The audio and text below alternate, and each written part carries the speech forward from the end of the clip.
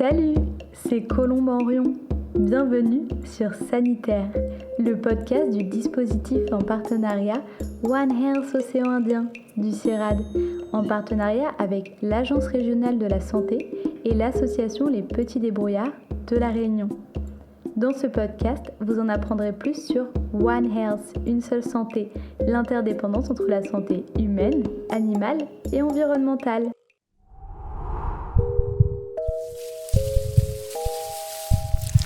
Je vous retrouve pour cette deuxième partie d'épisode sur le lien entre santé et biodiversité, la diversité des espèces vivantes. Pour cela, nous recevons Alexandre Caron, écologue et vétérinaire dans l'unité de recherche ASTRE du CIRAD, accueilli à l'université Eduardo Mondlane au Mozambique. Bonjour Alexandre. Bonjour Colombe. Claire Lajonie, chercheuse en droit public de l'environnement à l'INSERM et en poste au laboratoire Population Environnement Développement à Marseille, spécialiste du lien entre santé et biodiversité. Rebonjour Claire. Bonjour Colombe. Et Nicolas Lenné, ethnologue, chargé de recherche au sein de l'UMR PALOC IRD, spécialiste des relations humain-animal. Rebonjour Nicolas. Rebonjour Colombe. Donc dans la première partie de cet épisode, nous avons vu que la faune, la flore et leurs écosystèmes étaient indispensables à notre santé physique et mentale, pourtant que cette biodiversité était en pleine érosion. Dans cette deuxième partie d'épisode, nous allons donc voir comment les différents acteurs tentent de préserver le vivant et du même coup leur santé. On va s'intéresser d'abord au rôle des chercheurs dans cette lutte pour la préservation de la biodiversité.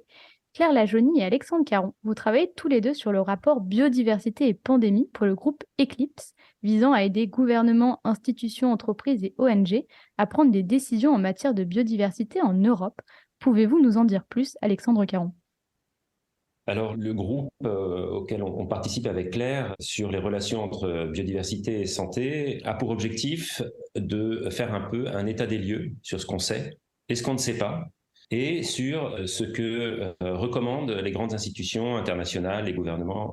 Et l'objectif, c'est, à partir de cet état des lieux, d'informer, par exemple, l'Union européenne pour qu'elle puisse lancer des appels à projets qui soient adaptés à l'état des connaissances et les domaines dans lesquels on doit appuyer la recherche. Claire Lajonie, vous voulez ajouter quelque chose ?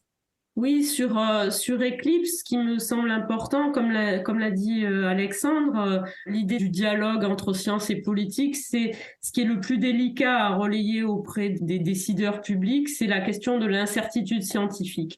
Et les politiques n'aiment pas l'incertitude scientifique, et ce qu'on ne connaît pas, d'abord définir ce qu'on ne connaît pas, c'est compliqué, mais là où s'arrête la connaissance, c'est aussi important que la connaissance elle-même, et c'est très difficile à intégrer dans les politiques. C'est pour ça qu'il faut améliorer, et c'est l'importance qui est accordée dans Eclipse au dialogue science-politique. Ça me semble crucial à l'heure actuelle. Dans ce type de groupe d'experts, on constate également l'importance de la pluridisciplinarité, dont vous nous avez tous les trois beaucoup parlé dans la première partie de l'épisode. Donc, c'est le fait de varier les expertises de différentes disciplines. Nicolas Lenné, en quoi les sciences sociales sont-elles incontournables pour agir sur l'interface santé-biodiversité ? Oui, c'est vrai et on l'a vu et on en bénéficie en tant que chercheur en sciences humaines et sociales depuis la Covid et la pandémie. On comprend l'importance de mettre au jour justement l'ensemble des facteurs culturels et sociaux qui permettent justement aux pathogènes de franchir ou pas la frontière interespèce. L'anthropologie en particulier, qui a une démarche spécifique, c'est l'enquête de terrain sur le temps long, une approche ascendante du local vers le global, et puis des méthodes de collecte, une immersion parmi les populations, l'apprentissage de la langue. Elle permet justement de rendre compte d'une diversité, de complexité aussi des relations entre l'homme et l'environnement. Donc finalement, ça peut servir à différents niveaux. D'abord, ça permet de montrer que la rationalité finalement des pratiques et des acteurs au niveau local, elle ne se résume pas seulement à des aspects, à des éléments seulement économiques, mais que, comme je l'ai dit, il y a des aspects culturels, sociaux, religieux qui président aux relations avec l'environnement. Et puis on peut même essayer d'aller au-delà encore en montrant comment ces pratiques et ces savoirs locaux contiennent aussi des modes d'appréhension des maladies, alors qui diffèrent évidemment de manière très scientifique d'appréhender les maladies, mais que ces systèmes de connaissances qui sont souvent oubliés ou étouffés dans des mesures globales, eh bien, elles peuvent aussi servir ou être considérées en tout cas comme de véritables ressources pour mieux penser et prévenir à l'émergence des zoonoses. Donc c'est justement en apprenant à connaître les populations locales et leur rapport à la nature et à la faune et à la flore qu'ils abritent qu'on peut on apprendre plus sur notre santé et cette interdépendance donc.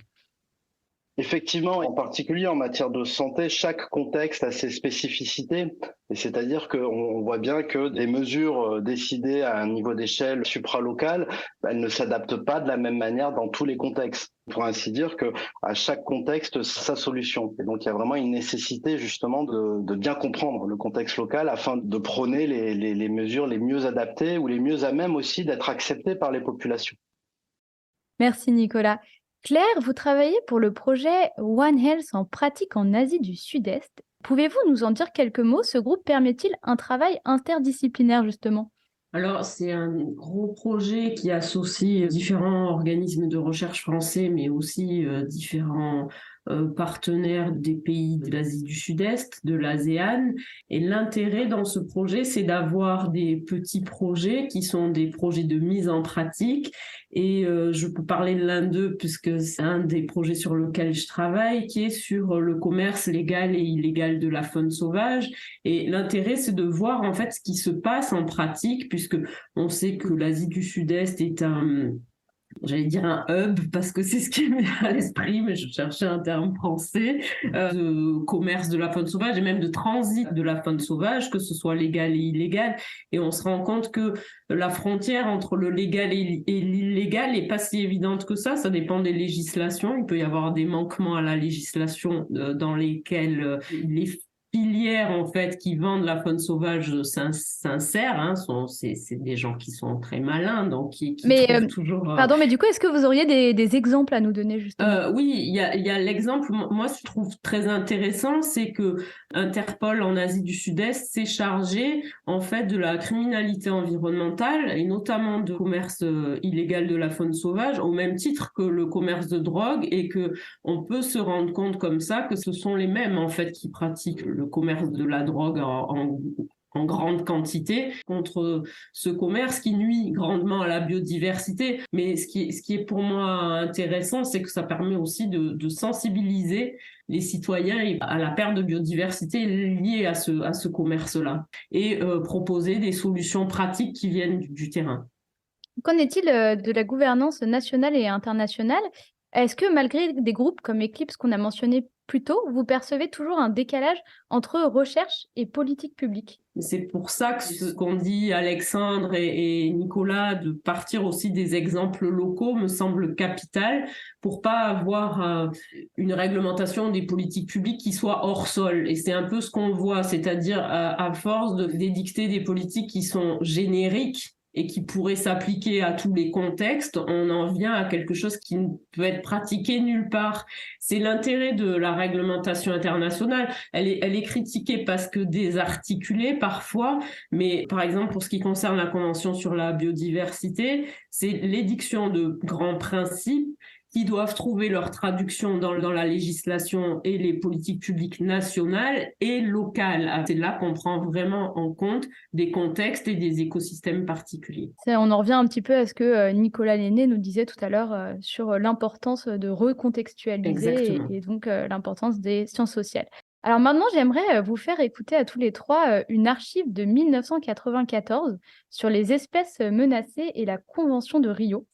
La Convention sur la biodiversité réglemente la façon dont les hommes s'approprient les ressources vivantes de la Terre. Aux pays riches, dits du Nord, la Convention accorde le droit de breveter toute découverte faite à partir de plantes ou d'animaux, engrais, cosmétiques par exemple. Mais, et cela c'est nouveau, si ces découvertes sont faites à partir d'espèces vivant dans les pays pauvres, ces pays toucheront des royalties. En quelque sorte, ils seront intéressés aux affaires. Des résultats donc très commerciaux pour une convention qui se voulait scientifique. Au départ, l'ambition était bien différente. Il s'agissait de protéger la diversité des espèces vivantes, soit 1 400 000 décrites à ce jour. Plus de la moitié est en voie de disparition. Déforestation, pollution, pauvreté, urbanisme. Or, la conservation des espèces vivantes est une nécessité pour l'homme. La raison d'être de la diversité biologique, c'est une garantie de survie pour les espèces végétales et animales. La diversité des autres espèces pour l'espèce humaine est une source prodigieuse de nourriture, de médicaments, et donc on a un lien étroit avec la diversité animale et végétale et microbienne. Malgré les avertissements des scientifiques, les participants à la Convention de Rio ont mis la charrue avant les bœufs. Ils se sont partagés l'exploitation de la nature avant de se donner les moyens réels de protéger sa diversité. Prenons l'exemple de cette fleur, la pervenche. Les chercheurs en extraient aujourd'hui un alcaloïde anticancéreux. Qui pourrait affirmer que telle ou telle espèce, maltraitée par l'homme actuellement, ne contient pas les principes futurs d'une guérison ? Bon, alors maintenant, où en est-on à ce rapport à la biodiversité 29 ans plus tard, Nicolas Lenné? Oui, eh bien, alors depuis Rio, en effet, qui était d'ailleurs aussi, je le rappelle, une reconnaissance des savoirs des populations et du rôle des populations sur la conservation de la nature. Aujourd'hui, on travaille tous sous l'égide du protocole de Nagoya qui va réguler justement un accès et un partage équitable de l'utilisation et de l'exploitation des ressources. Et la plupart des pays, en tout cas en Asie du Sud-Est, enfin là où je mène mes recherches, ont ratifié ce protocole de Nagoya. Mais justement, Claire, est-ce que vous voulez ajouter quelque chose? La mise en œuvre de ce protocole pose beaucoup de questions parce qu'elle est le résultat d'un compromis et que la définition de ce partage des avantages entraîne parfois des décisions de justice, y compris dans notre pays, en France. Et c'est une vraie question qui va se reposer parce qu'il y a des régimes aussi particuliers de partage des avantages et c'est une question très complexe en fait d'un point de vue juridique. Quand ce sont des laboratoires pharmaceutiques, les laboratoires pharmaceutiques sont bien armés d'un point de vue juridique pour défendre leurs intérêts. Et donc, il faut être en face pour défendre les intérêts aussi des populations. Mais alors du coup, est-ce que ça part en quelques mots de ce qu'on pourrait appeler une gouvernance adaptative en quelque sorte? Il faudrait qu'il y ait une gouvernance adaptative, mais pas seulement pour le protocole de Nagoya. Pour moi, une gouvernance adaptative, ce qui est vraiment le cœur de ce que je prône en droit, qui serait même du droit adaptatif, c'est intégrer la dynamique de l'évolution de l'environnement dans la règle de droit, parce que la règle de droit est statique. C'est là où il faut, à mon avis, revoir même toute une façon de structurer le droit quand il s'agit du droit de l'environnement. Et ça, c'est une question beaucoup plus vaste de recherche. Bah, merci beaucoup Claire, et c'est justement en essayant de s'adapter, et pas seulement au niveau gouvernemental, mais aussi au niveau des initiatives, qu'on peut réussir à faire bouger les choses. Actuellement, je suis à La Réunion. Ici, on tente de préserver le pétrel noir de Bourbon et le pétrel de Barreau, des oiseaux marins endémiques de l'île qui sont en danger critique d'extinction selon la classification de l'Union internationale de conservation de la nature. En fait, les pétrels peinent à rejoindre le large à cause de la pollution lumineuse. Du coup, pour répondre à cette problématique, le Parc national de La Réunion a mis en place ce qu'on appelle les nuits sans lumière. C'est-à-dire que chaque année, collectivités et entreprises de l'île sont encouragées à éteindre les lumières extérieures les plus puissantes qui désorientent les oiseaux et provoquent cette chute. Et cette initiative semble porter ses fruits, car en 2022, on recensait 630 jeunes pétrels de Barreau qui se sont échoués contre 1541 en 2021, soit l'année précédente.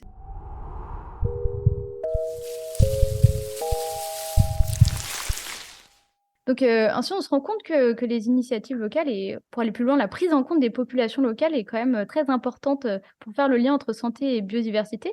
C'est également le cas des populations autochtones qui seraient incontournables, car d'après le rapport de la Banque mondiale publié en 2019, les peuples autochtones sont gardiens de 80% de la biodiversité mondiale, alors qu'ils possèdent, occupent et utilisent seulement un quart de la surface de la planète. Alexandre Caron, dans un article de 2021 sur les systèmes socio-écologiques auxquels vous avez contribué, vous parlez du biais d'endiguement, ce biais qui consiste à légitimer certaines connaissances et certains acteurs au détriment de d'autres. En quoi nos connaissances occidentales sur le lien entre biodiversité et santé peuvent-elles être enrichies par d'autres populations? Et qu'est-ce qu'un système socio-écologique en quelques mots? Alors, il faut se replonger dans l'histoire. Hein. L'histoire des sociétés humaines, c'est quand même une partie du monde qui a imposé sa vision du monde à toutes les autres. Hein. Ce sont les empires européens qui ont imposé ce que c'était qu'un parc national, comment est-ce qu'on devait protéger la biodiversité. Et ça, c'est une seule vision du monde, comparée aux centaines, probablement aux milliers de visions du monde qui existent à travers les différentes cultures humaines. Donc aujourd'hui, on peut se poser la question, déjà face au fait que la biodiversité n'est pas si bien conservée que ça. Donc notre système de conservation de la biodiversité est peut-être pas si bon que ça. Et donc aujourd'hui, ça nous questionne en se disant peut-être qu'il faut aller rechercher les autres visions du monde, les autres relations entre l'homme et l'environnement, pour voir si il n'y a pas des solutions locales qui ont été développées et qui pourraient nous permettre de mieux conserver la biodiversité, notamment avec les populations locales. Ben justement, Nicolas Lenné, vous avez beaucoup travaillé sur les relations humains-éléphants en Asie du Sud et Asie du Sud-Est. Que pouvez-vous nous en dire? Concernant les relations homme-éléphant, alors d'abord juste pour rebondir sur ce que vient de dire Alexandre, effectivement, hein, il n'y a pas qu'une seule vision du monde et c'est vrai que les modèles de conservation étaient basés sur ce qu'on appelait le modèle forteresse, ce qu'il fallait isoler ce qu'on appelle entre guillemets la nature des populations qui n'avaient plus accès à leurs ressources. Et on ne peut que constater que les échecs, en tout cas de ce modèle de conservation. Alors moi, j'ai beaucoup travaillé sur les relations homme-éléphant en Inde. Ce que j'ai essayé de montrer, en prenant l'exemple de l'éléphant, que finalement, mieux vaut vivre avec les éléphants au quotidien plutôt que de les parquer dans des espaces dédiés et pour de multiples raisons. Alors d'abord, sur le comportement des éléphants, ce sont des espèces migratoires, donc les parquer dans un espace, ça ne fonctionnera pas au niveau de l'espèce puisque l'éléphant a tendance à migrer. Et puis, tout simplement parce que ça permet également de, finalement, si quelqu'un veut aller braconner un éléphant, il sait très, très bien là où est-ce qu'il se trouve. Il y a eu des parcs, notamment, je pense, au Laos ou autrement au Vietnam, où des zones réservées, c'est là où est-ce qu'il y a eu le plus important lieu de braconnage. Mais au-delà de ça, finalement, on s'aperçoit que le lien qui est nouée avec les populations avec lesquelles j'ai travaillé entre l'homme et l'éléphant, elle ne se contente pas d'une relation uniquement à sens unique de domination, mais qu'il y a aussi des partages et des partages de connaissances, voire de savoir. Hein. J'ai notamment mis en avant le fait que les éléphants ont des pratiques d'automédication de certaines plantes qui ont été donc observées par les populations et qui ont elles-mêmes intégré certaines de ces plantes médicinales dans leur pharmacopée locale. Alors de savoir qui de l'éléphant ou de l'homme copie qui, en tout cas on voit bien la richesse d'une cohabitation sereine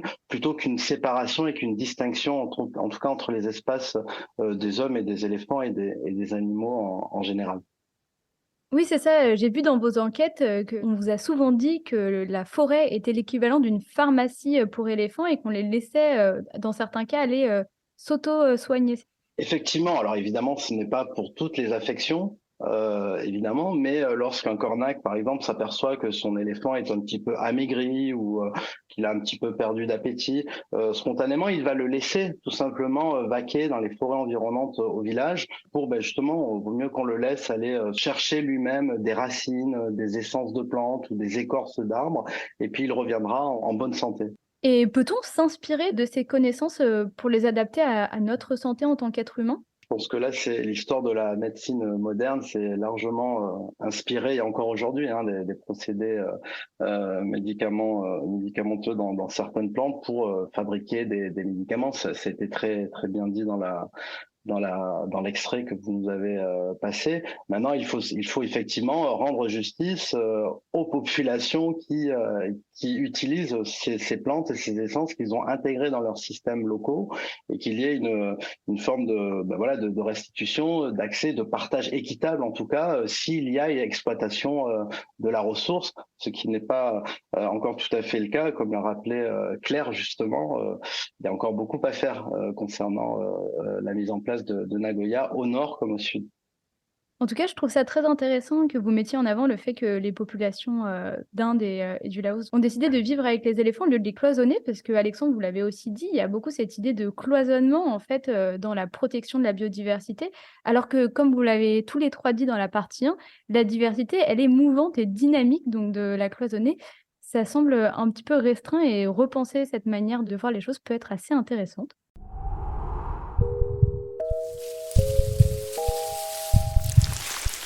Alexandre Caron, vous travaillez en Afrique australe pour le projet ProSouli, Promoting Sustainable Livelihood, promouvoir des moyens de subsistance durable.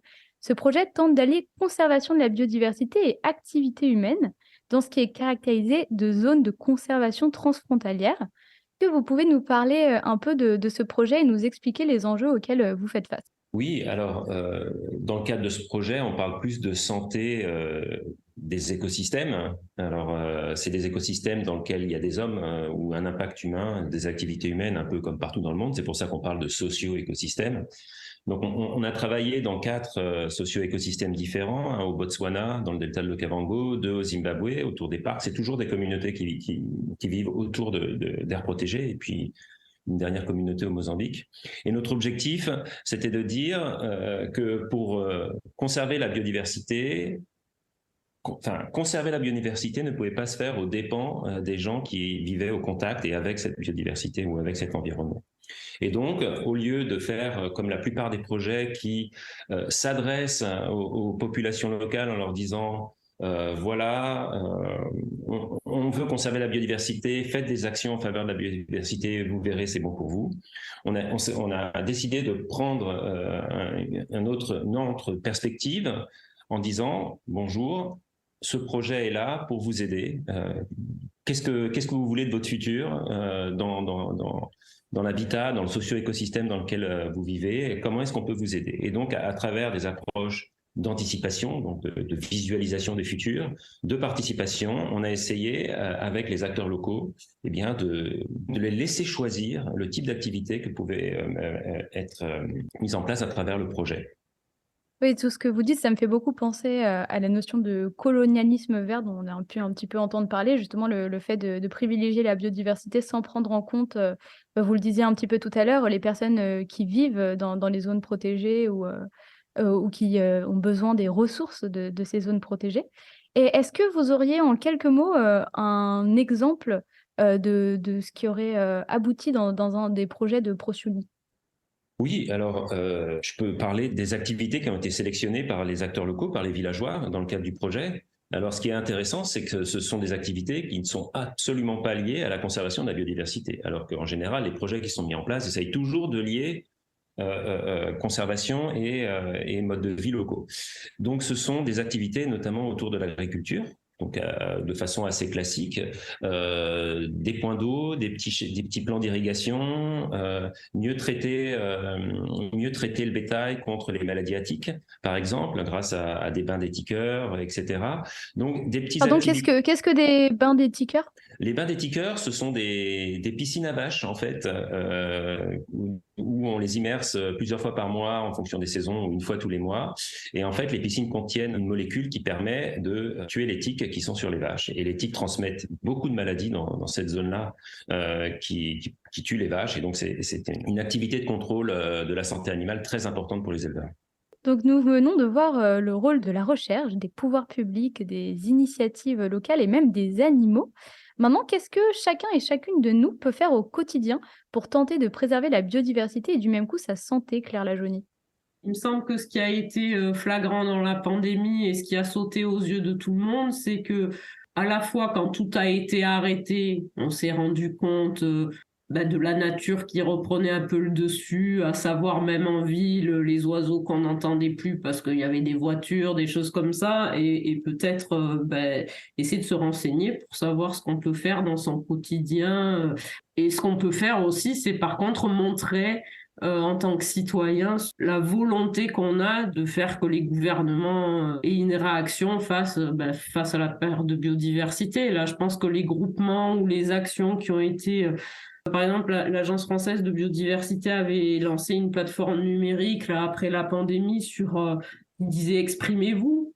à propos de la biodiversité, ben les moyens qu'on a de s'exprimer, alors il faut aussi les prendre, les moyens, mais quand ils existent, ben, c'est bien de s'exprimer et de dire les choses. Mais justement, c'est intéressant ce que vous dites parce que en quelques mots, ça me fait penser à tous ces mouvements qui a eu lieu sur le fait de traîner l'État en justice pour inaction climatique. Alors, toutes ces ONG justement qui, à leur échelle, parce que vous parliez de faire réagir un peu les politiques publiques, ça pourrait être également un moyen, vous pensez justement? Oui, il y a des exemples quand même d'actions. Je pense, alors je vais la nommer parce que c'est une organisation qui est britannique, mais de juristes qui est Client First, qui fait en fait des procès assez systématiques dans différents endroits et qui a recensé des cas qui ont marché en fait de procès. Je pense à la faune sauvage parce que j'en parlais tout à l'heure. Il y en a un qui a marché en Belgique, mais qui associait pas que la Belgique, hein, qui associait l'Espagne, la France sur des trafiquants en fait qui prélevaient des nids d'espèces protégées en disant qu'ils étaient en captivité, en fait en trafiquant les certificats CITES, c'est-à-dire de la Convention sur le commerce des espèces en danger, en disant qu'ils avaient des certificats. Et en fait, grâce à un procès, ce trafic a été démantelé. Il associait plusieurs pays de l'Union européenne. Et je crois qu'en fait, l'action combinée de ces organisations-là de défense de la nature et le fait pour les citoyens de montrer qu'ils sont de plus en plus concernés et intéressés par ces choses-là fait le changement qu'on a un peu pressenti pendant la pandémie, mais il faudrait que ce qui a été un petit peu amorcé comme prise de conscience se poursuive.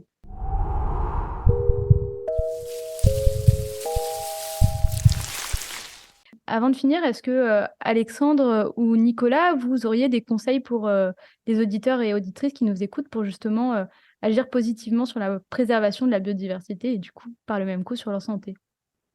De mon côté, je pense que la meilleure façon de préserver la biodiversité, c'est de la connaître et de la pratiquer.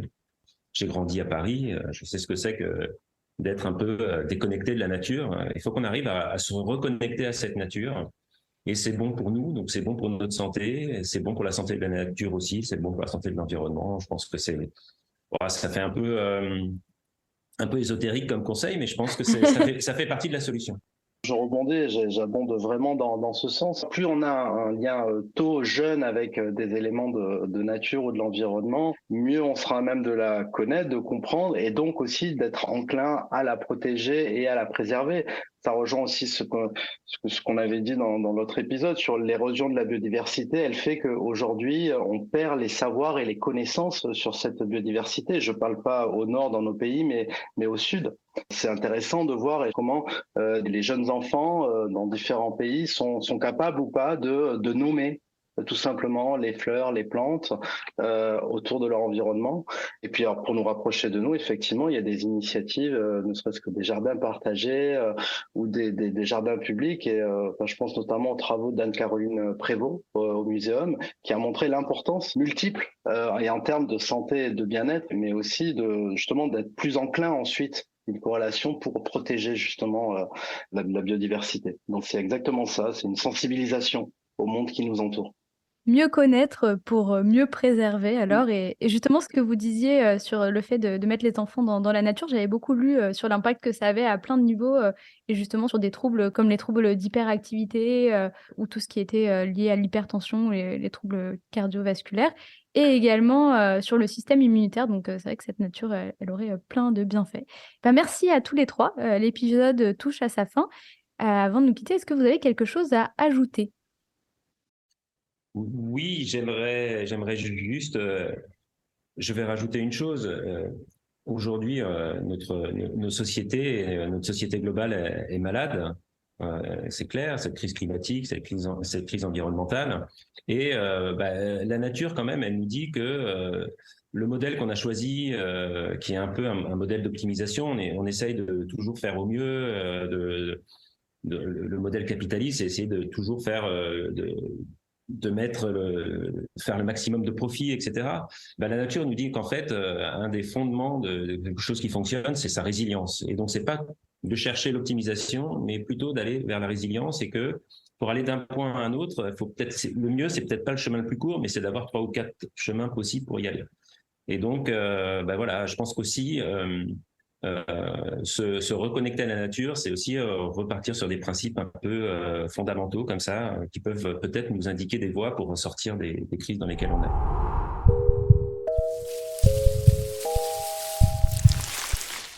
Avant de nous quitter, est-ce que vous auriez une œuvre d'art, un film, un livre ou une expo ou autre sur la thématique de l'épisode à conseiller à nos auditeurs et auditrices ? Alors, je vais continuer sur la crise globale. Hein. Pour moi, la relation biodiversité, elle s'inscrit dans les crises globales environnementales et climatiques. Donc, je conseillerais les 2 BD qui permettent assez facilement, parce que la BD est un média assez facile, assez accessible. Le Monde sans fin, je crois que ça a déjà été en France un succès l'année dernière, hein, avec notamment les idées de Jean Covizy qui sont présentées de façon simplifiée, et donc qui montrent comment est-ce que une solution par la voie énergétique de nos crises est possible, mais aussi la BD qui associe qui résume les travaux de Jean Covizy, donc Capital et idéologie, qui montre aussi que la solution de la crise actuelle, c'est aussi à travers des solutions sociales et notamment les grands écarts et les grandes inégalités qui existent dans notre monde à toutes les échelles. Nicolas, quelle est votre suggestion ? Pour ma part, je recommande le documentaire réalisé sur la pensée de Philippe Descola, qui est anthropologue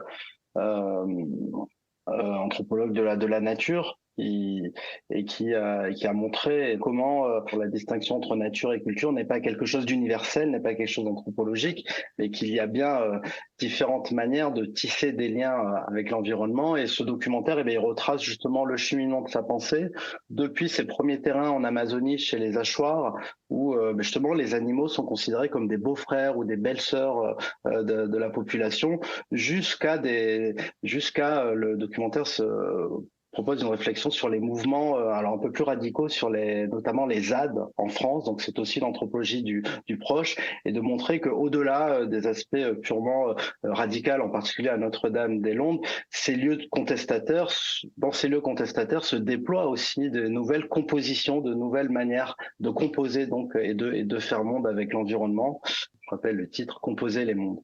Merci Nicolas. Et vous Claire ? Alors moi, ça va être beaucoup plus contemplatif et pour la rêverie, mais aussi pour inciter et pour montrer la beauté de la nature, d'aller voir les prix de photographie de la faune sauvage sur le site du National Geographic, parce que là, ça donne vraiment envie de protéger la nature, et puis c'est très beau.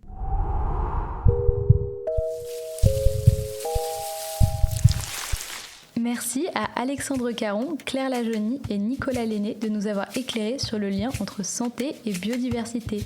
Vous venez d'écouter Sanitaire, le podcast du dispositif en partenariat One Health Océan Indien du CIRAD, en partenariat avec l'Agence régionale de la santé et l'association Les Petits Débrouillards de La Réunion. Retrouvez-nous le 1er avril pour notre prochain épisode sur la santé dans les élevages. Vous pouvez nous écouter sur les plateformes de streaming classiques. Si notre épisode vous a plu et que vous souhaitez en savoir plus sur l'interdépendance entre la santé des animaux, celle de l'environnement et la nôtre, abonnez-vous sur notre page. Vous pouvez aussi nous suivre sur Instagram, Facebook et LinkedIn. Cet épisode a été écrit, réalisé et enregistré par moi-même, Colombe Henrion. Audrey Chonette s'est occupée de l'animation sonore et Léa Chanron de l'infographie. À très vite, bonne écoute.